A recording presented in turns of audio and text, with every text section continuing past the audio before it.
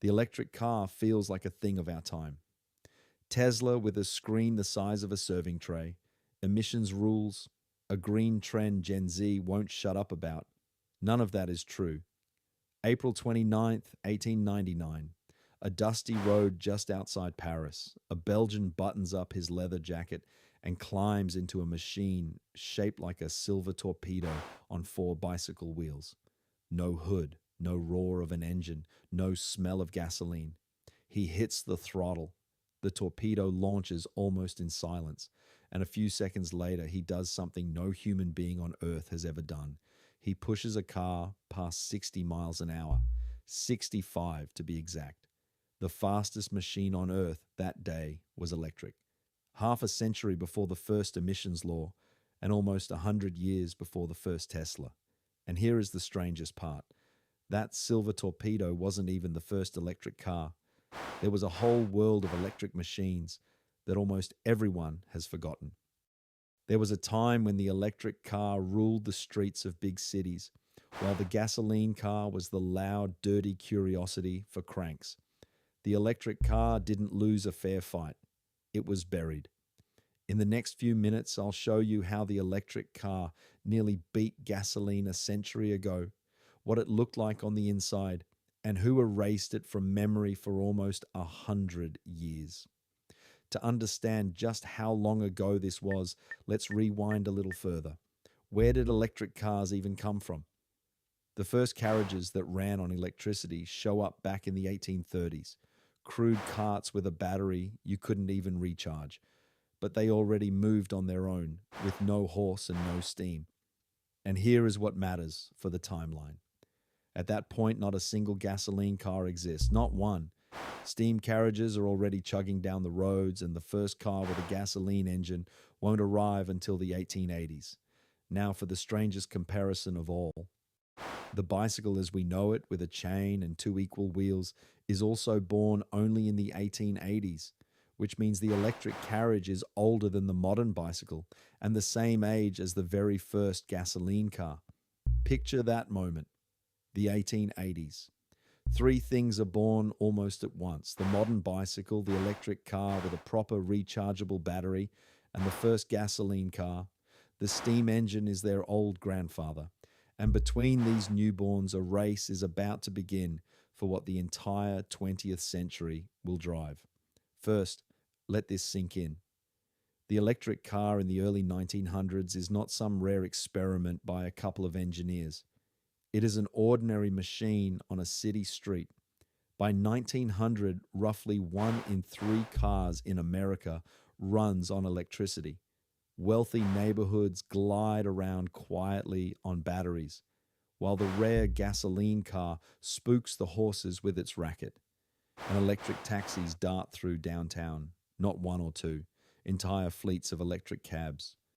To skip the long charge, their stations pull the dead battery and drop in a fresh one in just a couple of minutes, like a tire change at a pit stop.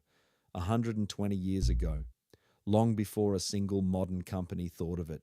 Now picture driving one, no key, no long preparations. You turn a little lever, press, and you are moving. Quiet, smooth, no vibration, no smell. Often there isn't even a steering wheel as we know it. You steer with a lever, like a boat. Push it forward, turn it to the side. The speed is modest, 20 to 25 miles an hour. But in a city in 1900, you don't need more. One charge lasts a full day of errands. And at night, the car sits charging. And this is where it gets really good. Look inside. The cabin of an expensive electric car looks less like a car and more like a little living room.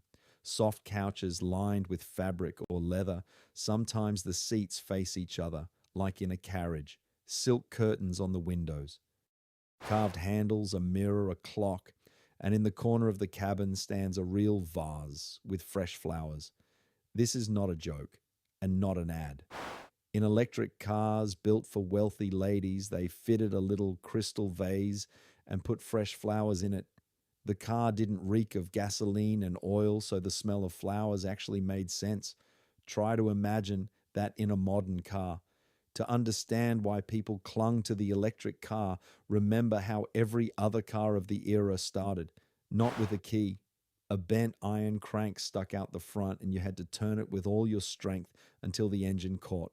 It was hard, filthy, dangerous work. Hands in oil, face in soot. And worst of all, the constant risk. If the engine coughed, the crank snapped back and broke your wrist or your arm. Thousands of people were maimed this way.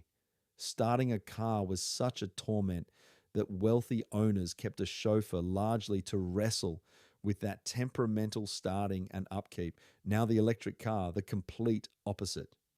No crank, no soot, no broken arms.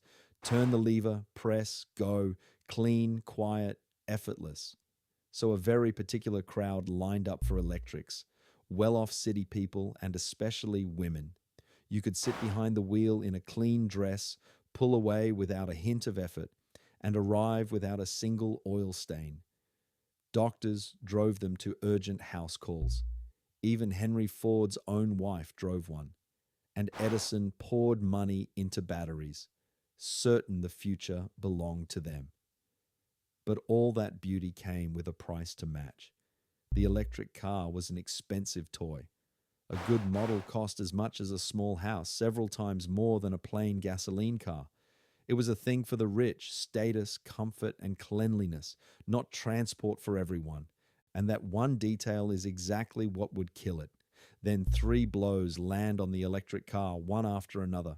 First, oil gets cheap.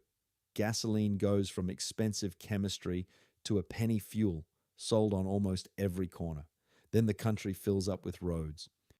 People want to travel between cities, not just around downtown, and the electric car hits a wall at its 60 miles. There is no outlet on the highway, and charging takes hours. That very range anxiety everyone pins on Tesla today was already tormenting drivers back then. And the knockout blow. The Ford Model T rolls onto the assembly line. The plain gasoline car is built by the thousands, and it costs a third of an electric.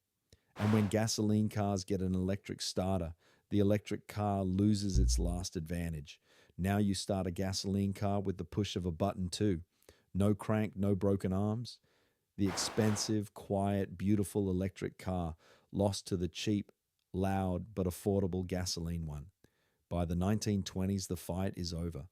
By 1935, the electric car all but vanishes from the roads. That same silver torpedo and hundreds of electric taxis are shipped off to museums and scrapyards. The world switches to gasoline and forgets it was ever any other way. Here is what matters. The electric car didn't lose because it was worse. It was quieter, cleaner, and nicer to ride 120 years ago, with couches and a flower vase in the cabin.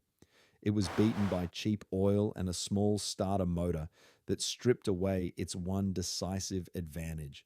But the idea never died. It just sat on a shelf and waited for the world to come back to it. That took almost 100 years. So the next time someone calls the electric car an invention of our century, remember April 1899. A road outside Paris, and a Belgian in a silver torpedo who outran all of humanity in a car without a single drop of gasoline.